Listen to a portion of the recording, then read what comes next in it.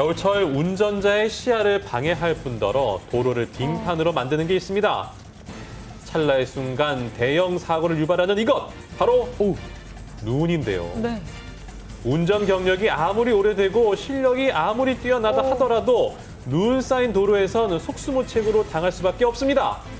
그래서 그 모든 것에 대해서 알아보도록 하겠습니다.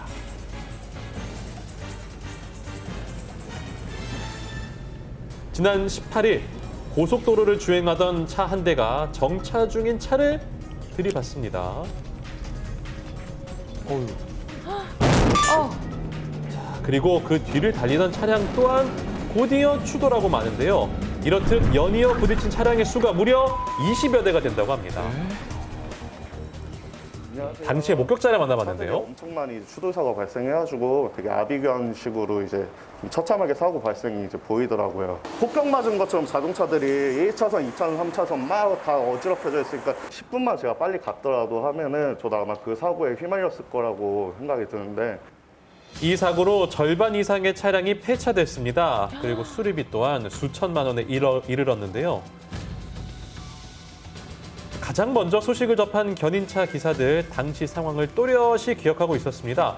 숱한 사고를 마주했지만 그토록 처참한 현장은 처음이었다고 합니다. 안녕하세요.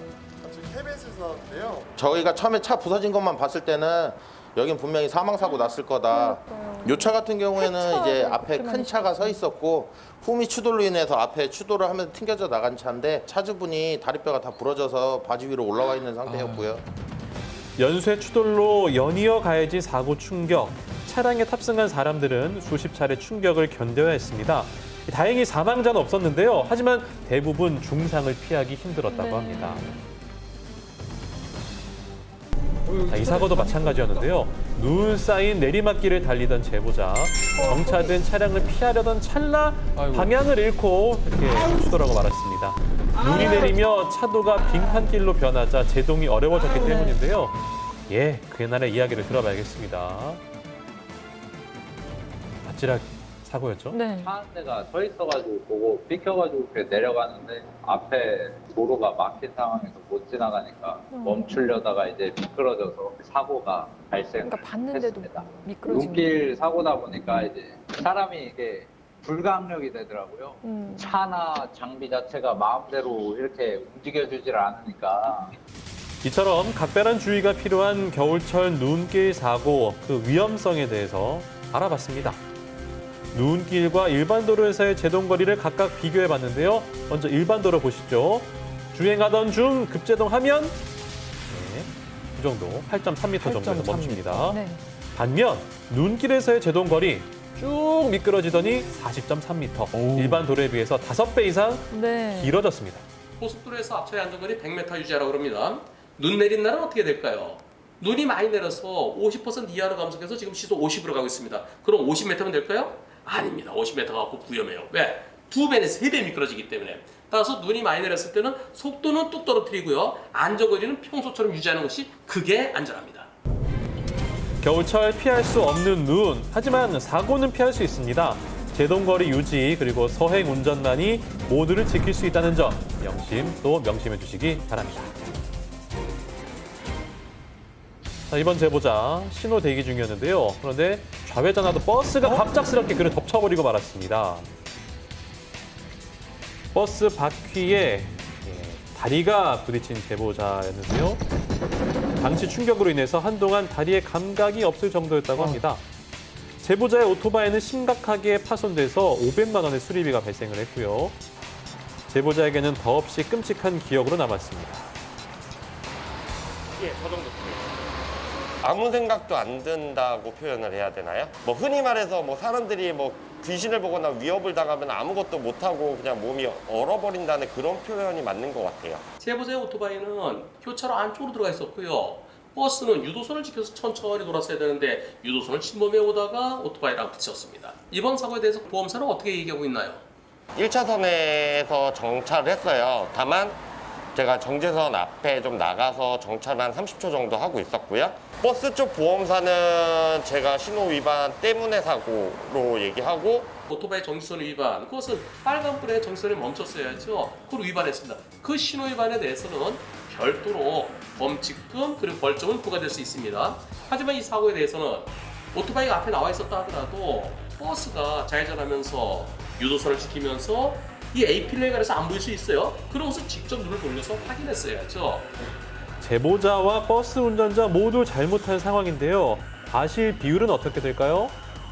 따라서 이번 사고의 과실 비율은 버스 70, 오토바이 30으로 보이면서 오토바이가 너무 많이 앞쪽으로 너무 위험하게 많이 나가 있었다. 그런 측면을 고려한다 하더라도 버스 60, 오토바이 40으로 볼 수 있겠습니다. 정지선, 유도선 지키는 일, 운전자가 지켜야 할 가장 기본적인 안전수칙입니다. 네. 황색 전멸 신호로 서행 중이던 그때 예기치 못한 사고가 발생했습니다. 당시 제보자는 황색 전멸 신호 앞에 정차해서 주변을 살핀 후에 사거리로 이렇게 천천히 진입하고 있었는데요. 제보자는 양쪽의 차들 지나가는 다 보내주고 차가 없구나 싶어서 천천히 1, 2, 3, 4개 차를 지나는데 오른쪽에서 꽝! 마침 맞은편에서 오던 차의 블랙박스에 사고 상황이 찍혀 있습니다. 보시죠. 주변을 살피던 제보자가 천천히 사거리로 진입을 하는데요. 그리고 교차로를 막 지나던 찰나 사고가 이렇게 발생하고 말았습니다. 사고 경위 파악을 위해서 현장을 찾아가 봤는데요.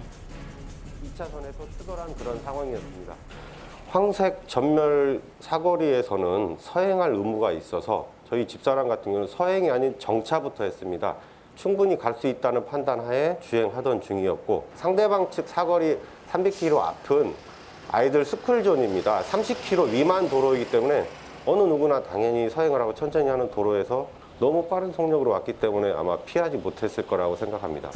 어린이 보호구역이었던 만큼 이번 사고는 상상조차 할 수 없었다는 겁니다. 이 사고에 대해서 과실 비율 어떻게 얘기되고 있습니까? 이런 사고는 100대 0은 없다라고 양측 그 보험회사 두 분 다 이렇게 약간 말씀하시는 것 같아서 좀 많이 억울했던 그런 상태였습니다. 대로 우선이라는 것은 동시에 들어가려 할 때는 넓은 길차가 먼저지만은 코로나 신색차가 현저히 선진을 했고 4개 차로 중에 4번째 차로에서 사고가 났습니다. 대법원 판결 중에도 넓은 길차가 우선이지만 좁은 길차가 현저히 선진을 해서 거의 다 빠져나가는 순간에 엄청나게 빠른 속도로 와서 들이받았을 때 그때는 좁은 길차에게 잘못이 없다는 대법원 판결이 있습니다. 따라서 이번 사고 아무리 신호도 없는 교차로 사고를 하더라도 제보자에게 잘못을 찾아볼 수가 없습니다. 100대 0이어야 되겠습니다. 황색 전멸 신호는 안전에 주의하면서 천천히 서행해야 합니다. 대형 사고를 막기 위해 꼭 지켜주시길 당부드립니다.